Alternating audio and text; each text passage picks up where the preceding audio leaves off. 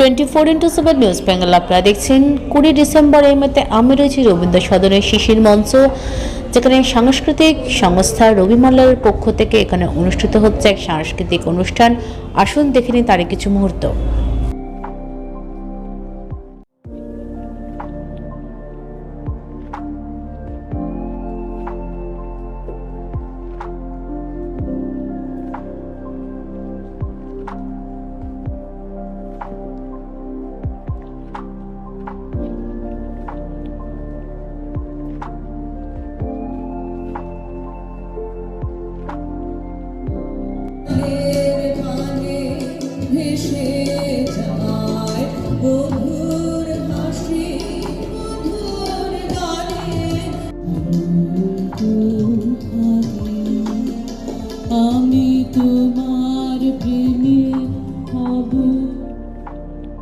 সঙ্গীত জগতে রবি মল্লার অত্যন্ত সুপরিচিত একটি নাম। সাংস্কৃতিক সংস্থা রবি মল্লারের স্রষ্টা সঙ্গীত শিল্পী সর্বশ্রী রাজেশ্বর ভট্টাচার্যের স্মরণে 20 ডিসেম্বর কলকাতার শিশির মঞ্চে সংস্থার পক্ষ থেকে স্বর্গীয় শিল্পী রাজেশ্বর ভট্টাচার্যের স্মরণে অনুষ্ঠিত হলো এক অনবদ্য সাংস্কৃতিক সন্ধ্যা আনন্দধ্বনি, যেখানে বিশিষ্ট শিল্পীদের দ্বারা মঞ্চ সেজে উঠেছিল নাচে গানে। এদিন অনুষ্ঠান শুরু হয় গীতি আলেখ্য আনন্দ গান বাজে এর মধ্যে দিয়ে। এই অনুষ্ঠানে ভাষ্যপাঠে অংশগ্রহণ করেন স্বর্গীয় রাজেশ্বর ভট্টাচার্যের স্ত্রী গীতা ভট্টাচার্য, অর্কদেব ভাদুরী। এছাড়াও সঙ্গীতে ছিলেন সঙ্গমিত্রা চক্রবর্তী, সুচরিতা ঘোষ, মঞ্জুরি জানা, জয়শ্রী বিষ্ণু, নন্দিনী রায়, মেঘনা নন্দী, তথাগত চক্রবর্তী, শক্তিপদ পড়িয়া, অঞ্জনা চক্রবর্তী, শ্রাবণী ব্যানার্জি, রণজিৎ দে, সুভাষ বন্দ্যোপাধ্যায়, পাপিয়া চক্রবর্তী সহ অন্যান্য শিল্পীরা। এছাড়াও এদিন শিল্পী রাজেশ্বর ভট্টাচার্যের গানে নৃত্য পরিবেশনে তাকে শ্রদ্ধার্ঘ্য নিবেদন করেন নৃত্যশিল্পী পূর্ণিমা ঘোষ, ডক্টর শুভাশিস ভট্টাচার্য, কৈনর সেন বরাট, দ্রাবিণ চট্টোপাধ্যায়, সুস্মিতা কাঞ্জিলাল, গরিমা ভট্টাচার্য সহ অন্যান্য শিল্পীরা।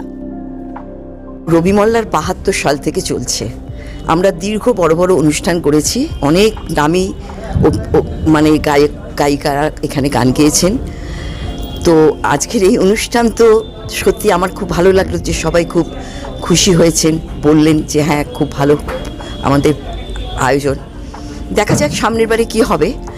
তো এটা শুধুমাত্র রবি মল্লারের ছেলে মেয়েদের প্রচেষ্টাতেই হয়েছে।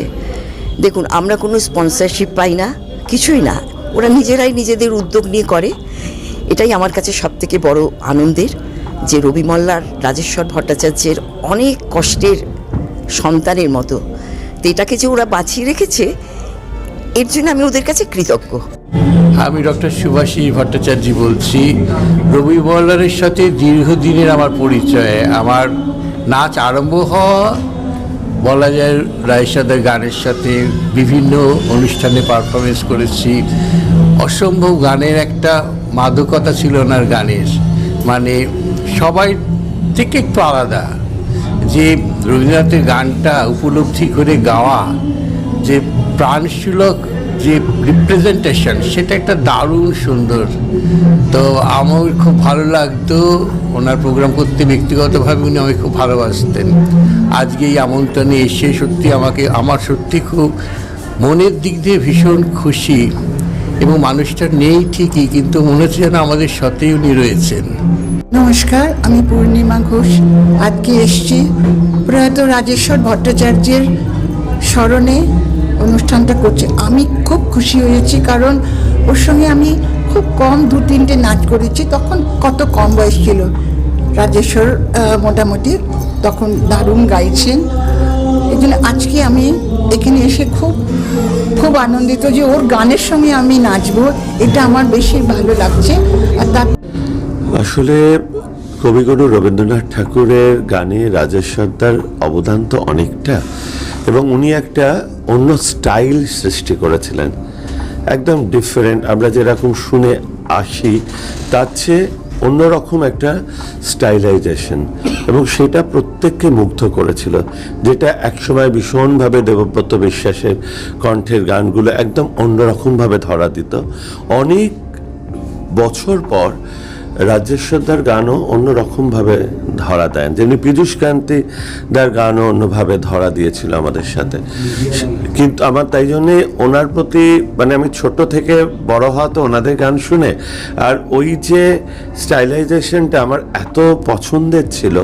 এবং আমাদের যেহেতু সঙ্গীতের বাড়ি, আমার দাদা কল্যাণ সেন বরাট সবাই জানেন, তার সঙ্গে রাজেশ্বরদার ভীষণ পারিবারিক এবং মধুর সম্পর্ক, হৃদয়ের সম্পর্ক ছিল।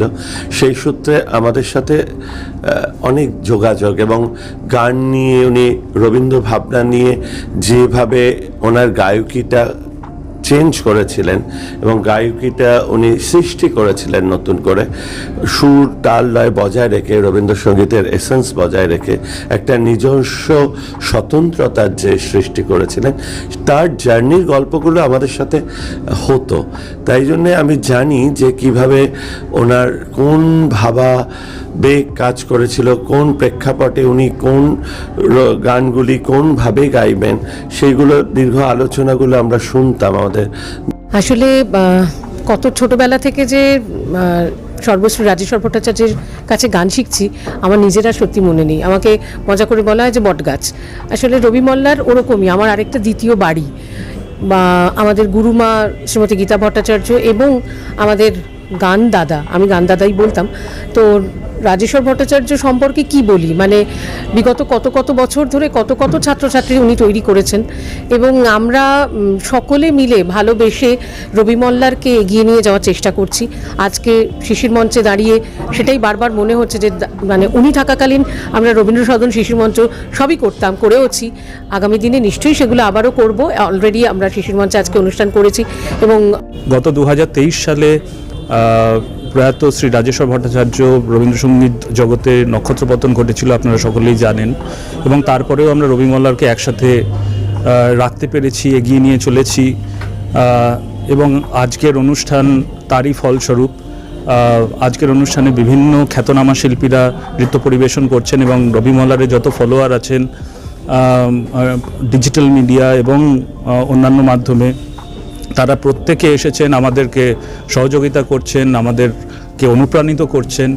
এবং রাজেশ্বর ভট্টাচার্যকে যারা অন্তর থেকে ভালোবাসেন, তার গান ভালোবাসেন, রবীন্দ্রনাথকে পছন্দ করেন, তাদের মধ্যে অনেকের সাথে আজকে দেখা হলো, কথা হলো, খুব ভালো লাগছে। নমস্কার।